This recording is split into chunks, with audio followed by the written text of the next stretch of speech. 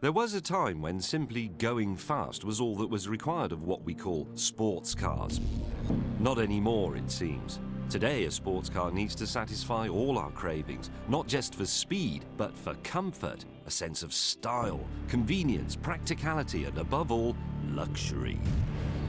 Would any of these cars be any worse for not being decorated with bits of dead animals and trees, or with offcuts from racing cars?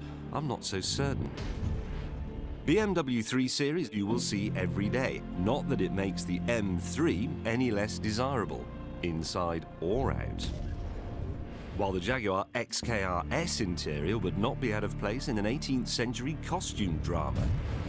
But if rarity is in itself a luxury, try the Maserati Gran Turismo with its Ferrari-built V8, or the rare and underrated exercise in beating the Germans at their own game that is the Lexus ISF. Any idiot can build a supercar. Find a giant engine, glue a load of carbon fibre to the outside, give it a silly name, and sell it for £1 million. No need to worry about boot space or comfort, or whether the aircon works.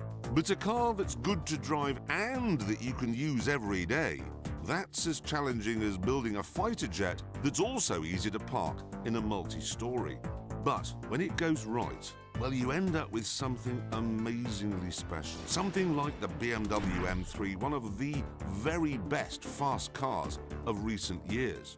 And don't forget Mazda's RX-7, the Toyota Supra, the original Skyline GTR, provided that is they haven't been improved by a spotty 17-year-old in a daft hat. These, I'm pleased to say, haven't.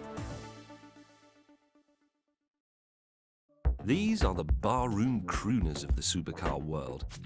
Clothed in something approaching more like a classic tuxedo than something from the catwalk, and so just that little bit more everyday, but no less appealing for that. Even its name, California, tells you all you need to know about Ferrari's easy-driving car. This is a car in which to enjoy the sunshine, to spend rather more time enjoying the scenery passing by than counting down the meters to the next braking point.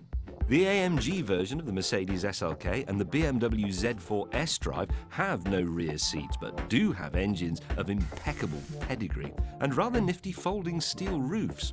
Not as rare as the Ferrari may be, but no less exciting. The Audi TT RS, meanwhile, is neither rare nor a convertible. It is, however, with its 2.5-litre, 5-cylinder Rally Quattro engine and four-wheel drive, unquestionably exciting, but only when you want it to be. Which is what this group is all about. Although we are calling this group executive, these are not the cars driving far too close to the back of your car in the fast lane. Oh no, this lot are long gone. What started out as a blue-collar thing in the United States of America, putting ridiculously large engines in otherwise ordinary saloon cars, has become a white-collar pursuit in Europe. And nobody does it better than BMW in its motorsports division and Audi with its four-wheel drive RS cars. Those BMWs feature, of course, completely unnecessary V8 engines. The 2003 example M5 had a 5-litre V8, while the more recent 2012 model also has a V8, only this one is smaller and has turbochargers, 2 of them. Likewise, the Audis, the raffish RS5 with its clean air breathing 4.2-litre V8 and the rakish RS7 with its twin turbo V8. The turbos are there to save the planet, apparently. If you've tried the motley collection of American muscle cars from the 1980s and 90s in the other group, fast but flawed cars developed to put a shine on otherwise forgettable models, you'll know by now that sometimes more power isn't always enough. The latest breed of muscle car proves, however, that thankfully it usually is. The 2007 Shelby GT500 produces exactly 500 brake horsepower and drives better than a car costing less than $50,000 has any right to. Remarkably, the Mustang has rivals, and 2 of them are here.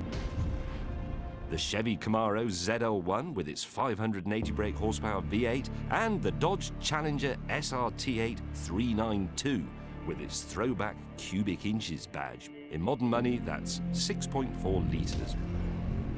Drive them. Drive them all and take comfort in the knowledge that there are people out there, besides Clarkson, who will never believe you can have enough power.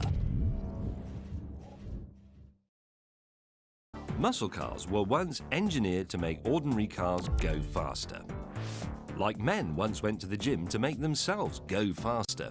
These days, men who spend time in the gym and those shops where they sell milkshakes that make you look like Arnold Schwarzenegger are not doing it because they want to be better at sports, are they? They're doing it because they want their clothes to look too small for them. These muscle cars are more like modern muscle men, bulging in all the right places, but not necessarily any more sporting. The legendary Buick Regal GNX was at least NASCAR-derived and McLaren-engineered, but that didn't stop it having some interesting habits when driven hard. The 1993 Ford Mustang SVT Cobra, meanwhile, was a last-ditch attempt to bolt on some credibility and some speed to the generally forgettable third-generation Mustang. I'm not saying the cars are slow, they're not, or unexciting, they're not. It's just that, like that man with the power shake, they may be a bit embarrassing to be seen out with.